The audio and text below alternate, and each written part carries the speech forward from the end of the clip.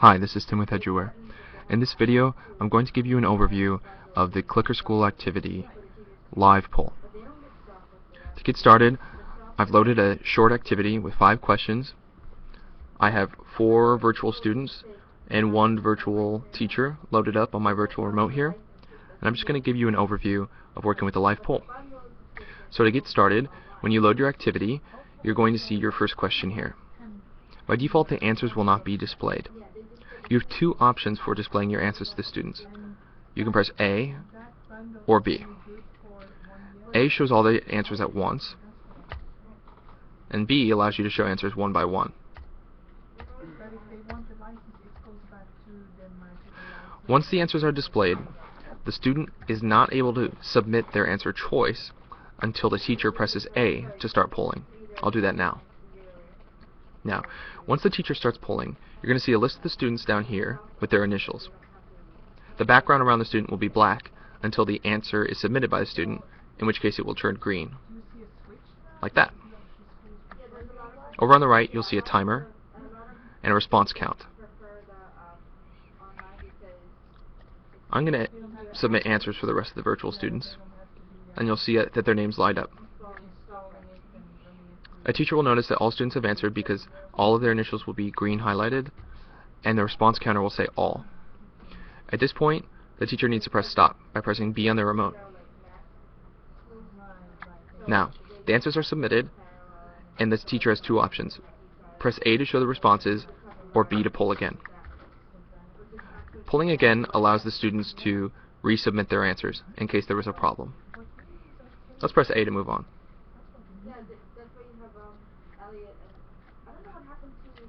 Okay, so we see a breakdown of the answers of the students here. We see that 50% or 2 of the students answered A, and 50% or 2 of the students answered B. We have 2 options now. We can show the correct answer, or move on to analysis without the answer. I'm going to press A to show the answer. It was B. Now, part of our live polling system is showing a detailed analysis of the answers. To do that, let's press B. Here we see a very nice pie chart of the answers broken down. We see that the correct answer is highlighted in white, and again we're reminded that the correct answer is B in the upper right here. We can press B to see the breakdown of the students. Here we see that these 2 students answered letter A, which was incorrect. These 2 students answered letter B, which, since it is highlighted white, is now correct. To close this analysis, press the lightning bolt, and we can move forward. To move on to the next question, simply press the right arrow. Now, I've already initiated the answers to these questions, so I need to press A to start the polling so the students can submit their answers. Let me do that now. Okay, now you see this area change down here. You're going to see it light up as students submit their answers.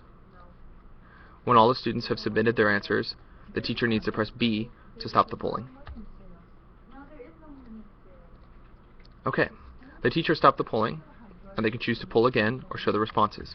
I'm going to show the responses now. Once again, we have our breakdown down here in the bottom. If we choose to show the analysis before we show the right answer, let me show you what happens. Press B. Now we see our broken down analysis, but there's no indication of which answer is correct. All the lettering here is black. And if we go back to choice popularity, you see all the lettering here is black, and where we used to see the correct answer in the upper right, it's no longer there. Let's press the lightning bolt to close this analysis and show the correct answer. I pressed A. Now we see that B is the correct answer. B is highlighted at the bottom here, and if we go back to show analysis, you'll see what I meant. Now B is in white lettering. We see the correct answer in the upper right, and if we switch to students, we can see that B is now in white lettering here. Let's press lightning bolt to move on. Let's go to the next question by pressing the right arrow on our remotes. Again, we have 2 options to show our answers. I'm going to show them one at a time here. Remember to press A to start polling so your students can submit their answers. Watch as the students submit their answers in real time. And when all answers are submitted, press B to stop. Press A to show your answers or B to poll again. Review your analysis down here. A to show your answer, B to view your detailed analysis. Lightning bolt to close and move on. Let's move on to the next question. Once again, you have 2 options for showing your answers. I'm going to show them all by pressing A. Press A to start your polling. See your students answer in real time. When they're all done, press B to stop. A to show your responses. A to show your answer. And B to view your analysis.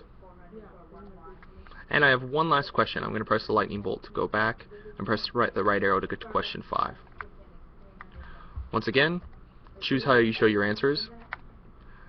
Remember to press A to start your polling. Students' answers in real time. Press stop when all the answers have been submitted. Press A to show the responses. And then press A again to show the answer. Okay, since this was our last question, when I press the right arrow now, we get a detailed breakdown. This is our class information, the class average, class median, class highest, class lowest. We also get a live poll on the right, and if we press B, we get the rank of the students in the class for this particular exercise. The last thing I'll show you for the live poll is reviewing questions by pressing this lightning bolt here. This allows you to jump from question to question very quickly by scrolling up and down. This gives you 2 pieces of information. One, the correct answer, and over here on the left, you'll see that 50% of the class got the correct answer. That's the breakdown for jumping to questions. To go back to the final poll, click the menu button, and then click on Summary. So, this has been an overview of using the activity Live Poll.